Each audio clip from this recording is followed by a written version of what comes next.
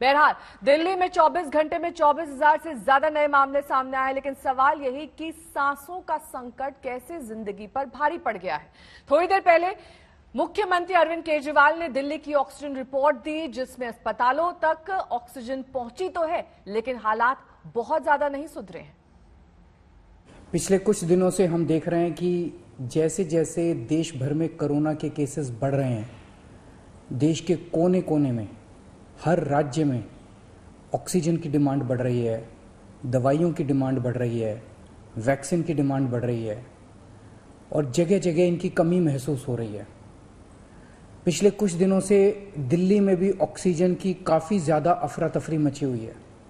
कभी इस हॉस्पिटल में ऑक्सीजन की कमी हो गई, कभी उस हॉस्पिटल में ऑक्सीजन की कमी हो गई, इस हॉस्पिटल में 2 घंटे की ऑक्सीजन बच गई। मैंने खुद रात भर अस्पतालों में ऑक्सीजन का इंतजाम कराने में गुजारी है कि कहीं किसी अस्पताल में ऑक्सीजन की कमी से कहीं मौत नहीं हो जानी चाहिए। केंद्र सरकार हर राज्य को ऑक्सीजन का कोटा तय करती है। देश भर में जितनी भी ऑक्सीजन बनती है, केंद्र सरकार तय करती है कि इस राज्य को इतनी ऑक्सीजन मिलेगी, इस राज्य को इतनी ऑक्सीजन मिलेगी। अब दिल्ली को कितनी ऑक्सीजन चाहिए? दिल्ली सरकार ने अपना एक एस्टिमेशन लगाया, जिसके हिसाब से दिल्ली को रोजाना 700 टन ऑक्सीजन की जरूरत है। केंद्र सरकार ने हमारा कोटा कल तक 378 टन तय किया हुआ था। ये कोटा कल शाम को बढ़ा के 480 टन कर दिया है केंद्र सरकार ने। इसके लिए हम केंद्र सरकार के बहुत बहुत आभारी हैं। अब केंद्र सरकार ये भी तय करती है कि जो आपके कोटे की ऑक्सीजन है वो कौन सी कंपनी देगी। जैसे दिल्ली में तो ऑक्सीजन बनती नहीं है, दिल्ली की सारी ऑक्सीजन दिल्ली के दूसरे राज्यों से, दिल्ली के बाहर के दूसरे राज्यों से आती है। तो केंद्र सरकार तय करती है कि फलाने राज्य की ये कंपनी आपको इतने किलो ऑक्सीजन देगी, फलाने राज्य की ये कंपनी आपको इतने किलो ऑक्सीजन देगी।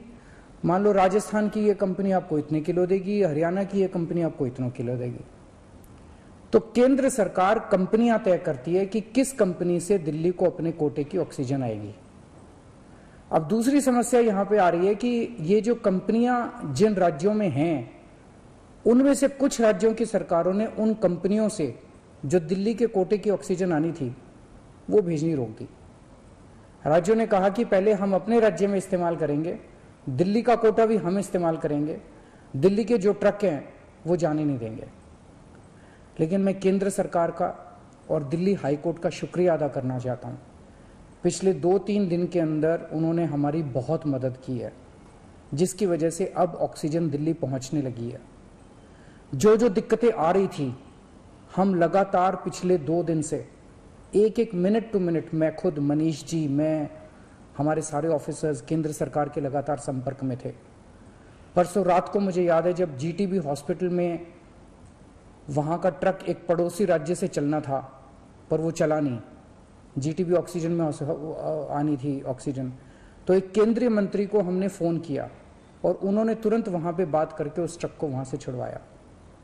हम लगातार संपर्क में हैं, एक ट्रक को अस्पताल पहुंचाने की कोशिश कर रहे हैं। हम सब लोग 24 घंटे काम कर रहे हैं, सोई नहीं है।